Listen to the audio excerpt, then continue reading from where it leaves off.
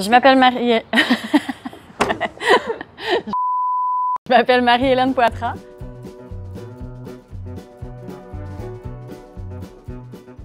Je suis auteure habituellement pour les adultes et maintenant jeunesse. Donc, j'ai dans mes mains les épreuves de mon premier album illustré jeunesse et je trippe. J'ai vraiment hâte de l'avoir pour vrai. Donc, ça s'appelle L'épopée de Timothée. Et les illustrations très belles sont signées par Mathilde Corbeil et Francis William, un duo à l'imaginaire foisonnant.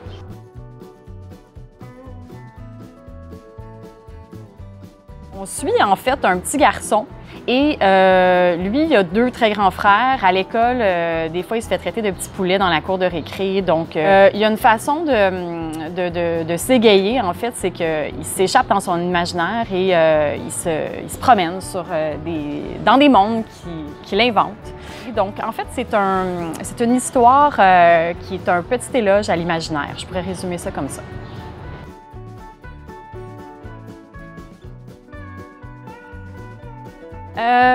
Oui et non, parce que en fait, c'est les mêmes étapes éditoriales, donc ça se fait dans le même ordre. Mais ce qui est très différent, c'est que le texte est très court, ce qui est très agréable pour quelqu'un comme moi qui est assez maniaque de choisir toujours le bon mot. L'autre chose qui est différente aussi, c'est que je trouve que quand on écrit pour les enfants, on a une plus grande responsabilité comme écrivaine de ce qu'on sème dans leur imaginaire. Pour mon lectorat adulte, j'ai souvent envie de les challenger. Il y a un élément un petit peu plus de danger. Pour les jeunes, je suis consciente que c'est nouveau la lecture et puis j'ai envie de leur mettre des belles choses dans la tête.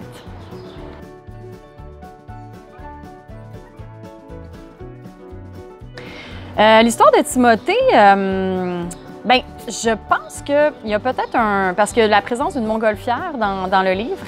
Et moi, j'ai grandi à Saint-Jean-sur-Richelieu, donc peut-être qu'il y a un petit peu de ça. C'est la ville du Festival des Montgolfières. Peut-être que ça m'a marqué d'une certaine façon puis que ça ressort dans ce livre-là.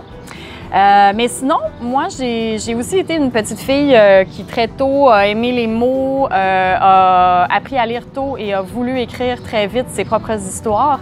Et pas se réfugier dans l'imaginaire, mais plutôt, je dirais, s'évader dans l'imaginaire parce que je pense que c'est un réel trésor de pouvoir s'inventer des choses, se promener dans notre tête et réécrire certaines histoires à notre façon.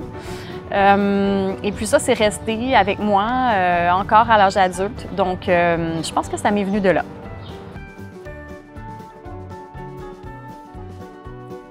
Oui, j'ai toujours voulu être autrice. Très jeune, avant même d'être capable d'écrire, je racontais des histoires que ma mère notait dans un cahier. Et puis, je me suis souvenue aussi dernièrement qu'il y a un livre qui m'avait beaucoup marqué, qui est le livre des mots de Richard Scarry. Où il y a comme plein de petits personnages d'animaux qui font des actions de la vie d'un enfant, puis les mots sont écrits. C'est en lisant ce livre-là que j'ai compris que les mots, c'était un peu comme des clés pour rentrer dans des univers, puis que tout ça était démultiplié. Donc oui, j'ai toujours voulu être écrivaine et je pense pas que ça va me quitter un jour. Ben là, j'ai une nouvelle activité que j'adore. Pendant l'été, je suis bergère urbaine. Donc, je m'occupe d'un troupeau de 16 moutons au Parc Maisonneuve à Montréal. C'est des moutons qui font de l'éco-pâturage, donc des moutons qui travaillent.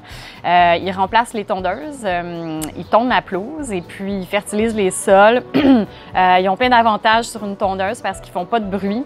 Ils mettent des sourires sur le visage des gens qui viennent nous voir. Et puis là, j'apprends à connaître les moutons et je suis très surpris de voir que c'est des animaux super attachants et très, très apaisants.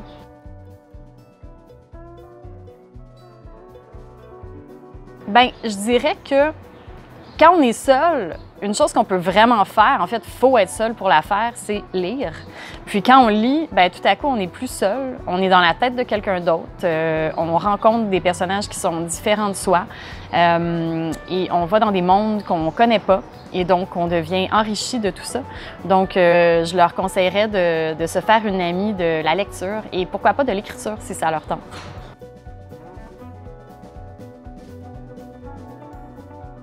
je m'amènerais un petit manteau de cuir et je pense que je m'amènerais des bonbons aussi, genre un sac de réglisse pour que ça soit encore plus fun, mon voyage en montgolfière. Merci d'avoir pris un petit moment pour regarder cette vidéo. L'épopée de Timothée, mon premier album jeunesse, va paraître le 12 août chez Fonfon. Alors, j'ai bien hâte que vous découvriez les petits arbres guimauves ici et Timothée dans sa montgolfière. Il y aura aussi un livre audio dont la musique est signée par Chili Gonzalez. Et tout ça sera disponible sur le site deslibraires.ca et en librairie, bien sûr.